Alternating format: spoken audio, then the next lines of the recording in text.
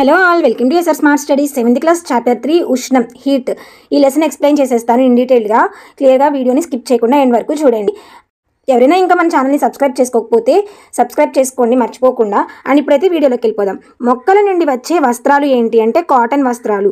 నూలు, ఉన్ని ఇలాంటి పదాలకి ఎవరైనా మీరు కన్ఫ్యూజ్ అవుతూ ఉన్నట్లయితే ఇంగ్లీష్ వర్డ్సే గుర్తుంచుకోండి. వై? బికాస్ మనకి క్వశ్చన్ పేపర్ అనేది 2 మీడియంస్లో ఉంటుంది కాబట్టి మీరు ఇంగ్లీష్ వర్డ్స్ గుర్తుపెట్టుకున్నట్లయితే సో ఈజీగా మీకు గుర్తుంటుంది. జంతువుల నుండి వచ్చే వస్త్రాలు ఉలెన్ వస్త్రాలు. జంతువుల నుండి వచ్చే వాటిని ఉన్ని వస్త్రాలు అంటారు, ఉలెన్ వస్త్రాలు అంటారు. మొక్కల నుండి వచ్చే వస్త్రాలని నూలు వస్త్రాలు అని అంటారు.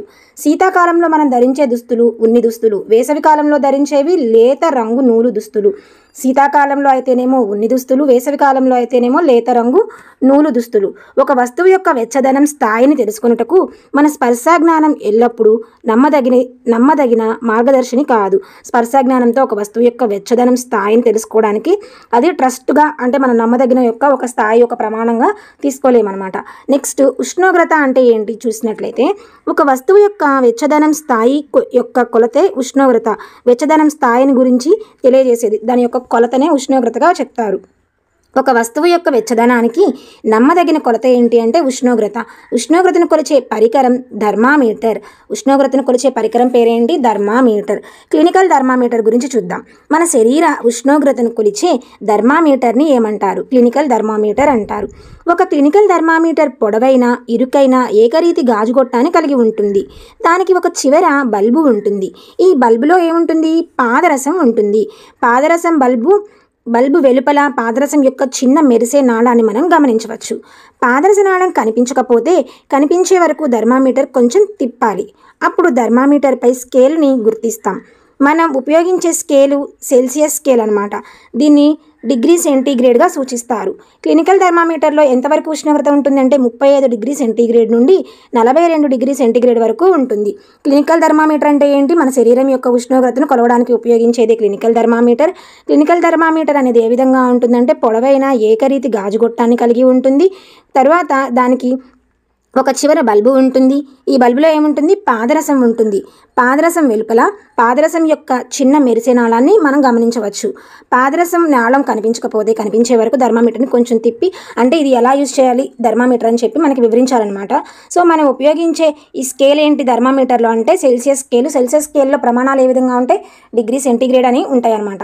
క్లినికల్ థర్మామీటర్లో ఎక్కడి నుండి ఎక్కడి వరకు చూస్తాము అంటే 35 డిగ్రీ సెంటీగ్రేడ్ నుండి 42 డిగ్రీ సెంటీగ్రేడ్ ఉష్ణోగ్రత వరకు మనం చూపవచ్చు. థర్మామీటర్ కొలత చూచుట. 2 పెద్ద గుర్తుల మధ్య సూచించబడిన ఉష్ణోగ్రత వ్యత్యాసాన్ని నమోదు చేయాలి. ఈ గుర్తుల మధ్య విభజనల సంఖ్య అంటే చిన్న చిన్న గుర్తుల ద్వారా నమోదు చేయాలి. పెద్ద గుర్తునేమో 1 డిగ్రీ అని చదవాలి. చిన్న 5 విభాగాలు ఉంటాయి. ఆ చిన్న విభాగాన్ని 1/5 అంటే 0.2 డిగ్రీ సెంటీగ్రేడ్. అంటే పెద్ద గీతనేమో ఏమంటారు? పెద్ద గుర్తు 1 డిగ్రీ సెంటీగ్రేడ్ అయితే చిన్న చిన్న విభాగాలు 5 ఉంటాయి. 1/5 కాబట్టి 0.2 డిగ్రీ సెంటీగ్రేడ్ అని చెప్పి వీటిని చదవాలన్నమాట. థర్మామీటర్ని క్రిమిసంహారక ద్రవంతో కడగడానికి ప్రాధాన్యతను ఇవ్వాలి. క్రిమిసంహారక మందుతో కడగడానికి ప్రాధాన్యత ఇవ్వాలి. దాన్ని పట్టుకుని గట్టిగా కదపాలి. దీనివల్ల పాదరస మట్టం స్థాయి తగ్గుతుంది. దీనివల్ల ఏంటంటే యూజు పాదరస మట్టం స్థాయి అనేది ఇప్పుడు ఆల్రెడీ ఎవరైనా చూసేసి ఉంటే అది లెవెల్ అయిపోయి ఉంటుంది కదా, అది మళ్ళీ నార్మల్గా వచ్చేస్తుంది అనమాట. ఇది 35 డిగ్రీ సెంటీగ్రేడ్ కంటే తక్కువ ఉంటుంది. అప్పుడు థర్మామీటర్ని నాలుక క్రింద థర్మామీటర్ బల్బుని ఉంచాలన్నమాట. థర్మామీటర్ని ఏం చేయాలి? నాలుక క్రింద థర్మామీటర్ బల్బుని ఉంచాలి. 1 నిమిషం తర్వాత థర్మామీటర్ని బయటకు తీసి కొలతను గమనించాలి. అదే శరీర ఉష్ణోగ్రత ప్రమాణం అన్నమాట. డిగ్రీ సెంటీగ్రేడ్తో మనం సూచిస్తాం. మానవ శరీర ఉష్ణోగ్రత సాధారణంగా 37 డిగ్రీ సెంటీగ్రేడ్ ఉష్ణోగ్రత వరకు ఉంటుంది. ప్రతి వ్యక్తి శరీర ఉష్ణోగ్రత 37 డిగ్రీ సెంటీగ్రేడ్ అనేది ఉండకపోవచ్చు. అంటే ఇది యావరేజ్గా 37 డిగ్రీస్ అని చెప్తున్నాం, కానీ ప్రతి వ్యక్తికి 37 ఉండాలి అనేది అయితే రూల్ కాదనమాట. యావరేజ్గా సాధారణంగా చెప్పుకున్నప్పుడు జనరలైజ్డ్గా చెప్తారు. కొంచెం ఎక్కువ లేదా కొంచెం తక్కువ కూడా ఉండవచ్చు. క్లినికల్ థర్మామీటర్ను ఉపయోగిస్తున్నప్పుడు తీసుకోవాల్సిన జాగ్రత్తలు పరిశీలిస్తే థర్మామీటర్ ఉపయోగించుటకు ముందు తరువాత తప్పనిసరిగా క్రిమిసంహారక ద్రవంతో శుభ్రపరచుకోవాలి. ఉపయోగించక ముందు మరియు ఉపయోగించిన తర్వాత కూడా. ఉపయోగించక ముందు పాదరస మట్టం స్థాయి 35 డిగ్రీ సెంటీగ్రేడ్ కంటే తక్కువ ఉందని నిర్ధారించుకోవాలి. దృష్టిరేఖ వెంట పాదరస మట్టం స్థాయిని ఉంచుతూ థర్మామీటర్ రీడింగు నమోదు చేసుకోవాలి. దృష్టిరేఖ వెంట పాదరస మట్టం స్థాయిని ఉంచుతూ థర్మామీటర్ రీడింగ్ని నమోదు చేయాలి. థర్మామీటర్ని జాగ్రత్తగా నిర్వహించాలి. ఏదైనా గట్టి వస్తువుకు తగిలితే అది పగిలిపోతుంది. థర్మామీటర్ బల్బుని పట్టుకుని రీడింగ్ నమోదు చేయాలి. హెచ్చరిక ఏంటంటే క్లినికల్ థర్మామీటర్ని మానవ శరీరానికి తప్ప ఏ ఇతర వస్తువుల ఉష్ణోగ్రతని కొలవడానికి ఉపయోగించుకోకూడదు అనమాట. థర్మామీటర్ని సూర్యరశ్మిలో లేదా మంటకు దగ్గరగా కూడా ఉంచకూడదు. అలా చేస్తే ఏమవుతుంది అంటే పగిలే అవకాశం ఉంటుంది. దీన్ని స్టేట్మెంట్ టు రీజన్ వైజ్గా క్వశ్చన్ ఫ్రేమ్ చేసి ఇవ్వచ్చు అనమాట. థర్మామీటర్ని సూర్యరశ్మిలో ఉంచవచ్చు లేదా ఉంచకూడదు. దీనికి గల కారణం ఏంటంటే అది పగలవచ్చు. క్లినికల్ థర్మామీటర్ని మానవ శరీర ఉష్ణోగ్రతతో పాటుగా ఇతర వస్తువుల ఉష్ణోగ్రతని చూడడానికి కూడా ఉపయోగించకూడదు. ఈ విధమైన స్టేట్మెంట్లు వస్తాయి. గరిష్ట కనిష్ట ఉష్ణమాపకం చూస్తే క్రితం రోజు యొక్క గరిష్ట మరియు కనిష్ట ఉష్ణోగ్రతలను కొలిచే థర్మామీటరే గరిష్ట కనిష్ట ఉష్ణమాపకము. ప్రయోగశాల థర్మామీటర్ కనుక చూస్తే ఇప్పుడైతే క్లినికల్ థర్మామీటర్ చూసేసాము. ఇప్పుడు ల్యాబొరేటరీ థర్మామీటర్ అనమాట. ప్రయోగశాల థర్మామీటర్ యొక్క వ్యాప్తి -10 డిగ్రీ సెంటీగ్రేడ్ నుండి 110 degree centigrade -10 to 110 degree centigrade వరకు ఉంటుంది.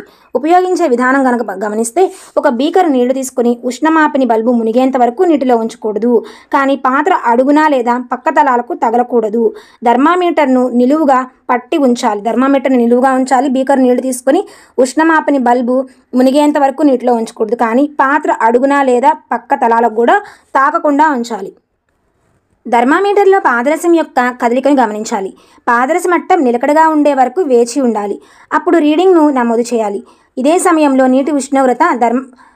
ఆ సమయంలో ఉండే నీటి యొక్క ఉష్ణోగ్రతగా మనం గుర్తించవచ్చు. థర్మామీటర్ని నీటిలో నుండి బయటకు తీయాలి. అప్పుడు నీటిలో నుండి థర్మామీటర్ని బయటకు తీయగానే పాదరస మట్టం పడిపోవడం మొదలవుతుంది. దాన్ని మనం గమనించవచ్చు అనమాట. దీన్ని బట్టి ఉష్ణోగ్రతను థర్మామీటర్ నీటిలో ఉన్నప్పుడే నమోదు చేయాలి అని అర్థం. ఈ పాయింట్ హైలైట్ చేసుకొని గుర్తుంచుకోండి.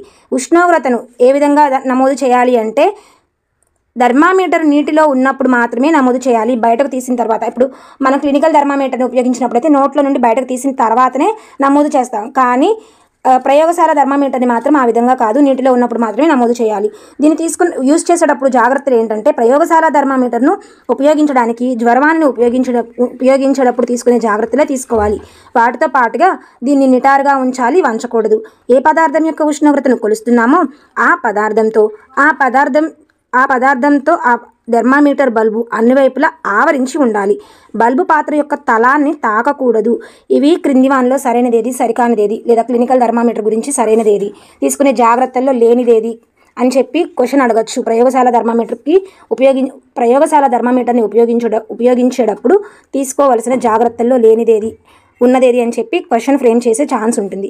ప్రయోగశాల థర్మామీటర్ని శరీర ఉష్ణోగ్రతను కొలవలేం. ఎందుకంటే ప్రయోగశాల థర్మామీటర్ని నీటిలో ఉన్నప్పుడే కొలవగలం. నీటిలో నుండి బయటకు తీసినప్పుడు జ్వరమానిలో పాదరస మట్టం పెరగదు లేదా తగ్గదు. ఎందుకంటే బల్బు దగ్గర ఒక నొక్కు అనేది ఉంటుంది. ఇది పాదరస మట్టంను దానంతటా అది పడిపోకుండా చేస్తుంది.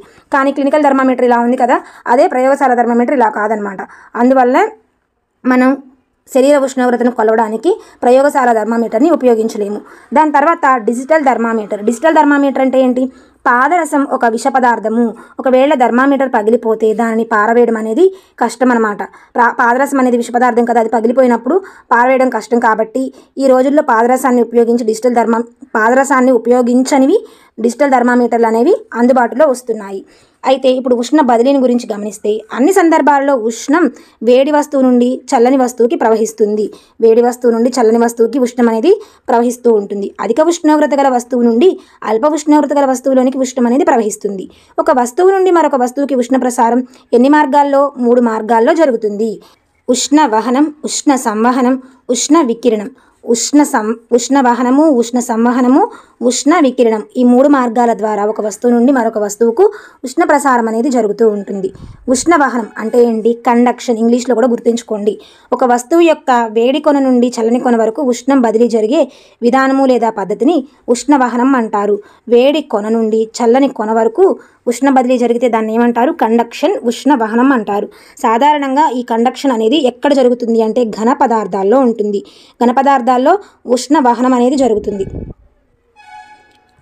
తర్వాత ఉష్ణ సంవహనము కన్వెక్షన్, నీటిని వేడి చేసినప్పుడు మంటకు దగ్గరగా ఉన్న నీరు వేడిని పొందుతుంది. వేడి నీరు పైకి లేస్తుంది. చల్లటి నీరు పక్కల నుండి కిందకు ఉష్ణ వనరు ఉన్న ప్రాంతం వైపు కదులుతుంది. ఈ నీరు కూడా వేడెక్కి పైకి పోతుంది. అప్పుడు ప్రక్కల నుండి నీరు కిందకు కదులుతుంది. ఈ ప్రక్రియ మొత్తం నీరు వేడి పొందే వరకు కొనసాగుతుంది. సో ఈ విధంగా జరిగే ఈ ప్రాసెస్సే ఉష్ణ సంవహనం అనమాట. మొదటగా ఏంటి, మనం హాట్ వాటర్ని బాయిల్ చేసినప్పుడు ఏమవుతుందంటే వాటర్ అనేది సెగ ఉంటుంది కదా, మంట దగ్గరకు వచ్చినప్పుడు అక్కడ వేడవుతుంది. తర్వాత వేడైన నీరు ఏంటి పైకి వెళ్తుంది. చల్లటి నీరు ఏమవుతుంది సైడ్స్ నుండి మళ్ళీ కిందకు వస్తుంది అనమాట. సో ఈ విధంగా జరిగే ప్రాసెస్ని ఏమంటారంటే ఉష్ణ సంవహనం కన్వెక్షన్ అంటారు.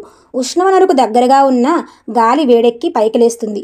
ప్రక్కల నుండి గాలి వచ్చి దాని స్థానాన్ని ఆక్రమిస్తుంది. ఈ విధంగా గాలి వేడిని పొందుతుంది. ఒక కొవ్వొత్తిని వెలిగించాలి. ఒక కొవ్వొత్తిని వెలిగించిన తర్వాత ఒక చేతిని మంటపై భాగంలో, రెండవ చేతిని మంట పక్క భాగంలో ఉంచాలి. పైవైపు గాలి సంవహనం ద్వారా వేడెక్కుతుండడాన్ని మనం గమనించవచ్చు. కొవ్వొత్తిని వెలిగించినప్పుడు పైన గాలి దేని ద్వారా వేడెక్కుతుంది అంటే సంవహనం, ఉష్ణ సంవహనం ప్రక్రియ ద్వారా వేడెక్కుతుంది. కావున మంటపైన ఉన్న చేయికి వేడిగా అనిపిస్తుంది. అయితే పక్కల సంవహనం లేనందున గాలి పైన ఉన్న గాలి అంతగా వేడిగా ఉండదన్నమాట. ద్రవ మరియు వాయు పదార్థాల్లో జరిగేది ఏంటంటే ఉష్ణ సంవహనం. ఉష్ణ సంవహనం అనేది ద్రవ మరియు వాయు పదార్థాల్లో జరుగుతుంది. ఉష్ణ వహనం అనేదేమో ఘన పదార్థాల్లో జరుగుతుంది. ద్రవ మరియు వాయు పదార్థాల్లోనేమో ఉష్ణ సంవహనం అనేది జరుగుతుంది. తర్వాత ఉష్ణ వికిరణము, రేడియేషన్, సన్ రేడియేషన్ అంటాం కదా, మనం ఈజీగా గుర్తుంటుంది ఇంగ్లీష్ వర్డ్స్ గుర్తుంచుకున్నట్లయితే.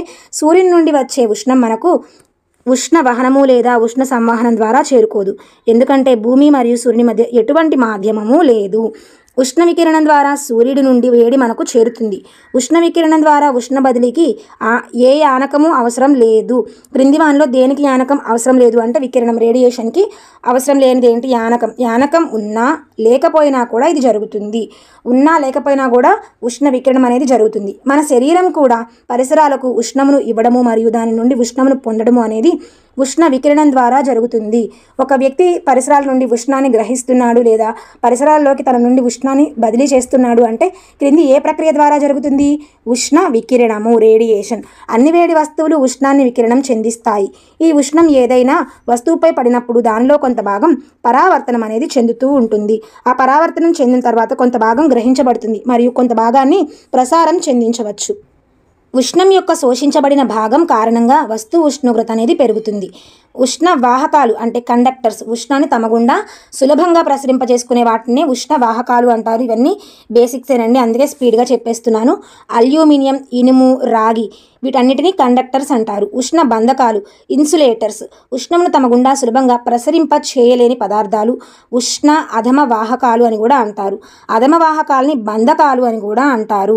ఉదాహరణకు ప్లాస్టిక్, చెక్క, నీరు, గాలి ఇవన్నిటి ఉష్ణ బంధకాలు అని అంటారు. తీర ప్రాంతాల్లో ఎలా ఉంటుంది? తీర ప్రాంతాలు కనుక గమనించినట్లయితే పగలు నీరు కన్నా నేల త్వరగా వేడెక్కుతుంది. నేల మీద ఉన్న గాలి వేడిగా మారుతుంది మరియు పైకి లేస్తుంది. నీరు కన్నా నేల అనేది త్వరగా వేడెక్కి నేల మీద ఉన్న గాలి వేడిగా మారుతుంది మరియు పైకి లేస్తుంది. సముద్రం నుండి నేల వైపుకు దూసుకొచ్చి చల్లని గాలి దాని స్థానాన్ని ఆక్రమిస్తుంది. సముద్రం నుండి ఇది సముద్రం అయితే సముద్రం మీద నుండి ఇది నేల అయితే నేల వైపుకు దూసుకువచ్చే చల్లని గాలి అనేది దాన్ని రీప్లేస్ చేస్తుందన్నమాట. నేల నుండి వచ్చిన గాలి వలయాన్ని పూర్తి చేయడానికి సముద్రం వైపుకు కదులుతుంది. సముద్రం నుండి వచ్చే చల్లని గాలిని సముద్ర పవనం అని అంటారు. సముద్రం నుండి వచ్చే చల్లని గాలిని ఏమంటారు? సముద్ర పవనం. చల్లని సముద్ర పవనాన్ని గ్రహించడానికి తీర ప్రాంతంలో ఇళ్లకు కిటికీలు సముద్రానికి ఎదురుగా ఉండేలాగా నిర్మిస్తారు. రాత్రివేళ దీనికి సరిగా వ్యతిరేకంగా జరుగుతూ ఉంటుంది.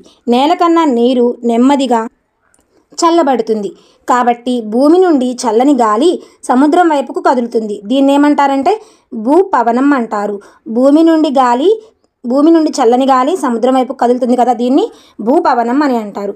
మన ఇళ్లను చల్లగా లేదా వెచ్చగా ఉంచడానికి తరచూ విద్యుత్ మరియు బొగ్గు మరియు కలప వంటి ఇంధనాలు ఉపయోగిస్తూ ఉంటాం. బయటి వేడికి మరియు చలికి ఎక్కువగా ప్రభావితం కాని భవనాలు నిర్మించడం కొరకు భవనాల బయట గోడలు గాలి పొరలు కలిగి ఉండేలాగా నిర్మించడం ద్వారా దీన్ని మనం చేయవచ్చు. ఈ రోజుల్లో అందుబాటులో ఉన్న బోడి ఇటుకలను ఉపయోగించడం దీనికి ఒక మార్గం. తర్వాత వేసవి కాలము, శీతాకాలం గమనిస్తే వేసవిలో తెలుపు లేదా లేత రంగు దుస్తుల్ని ఉపయోగించాలి.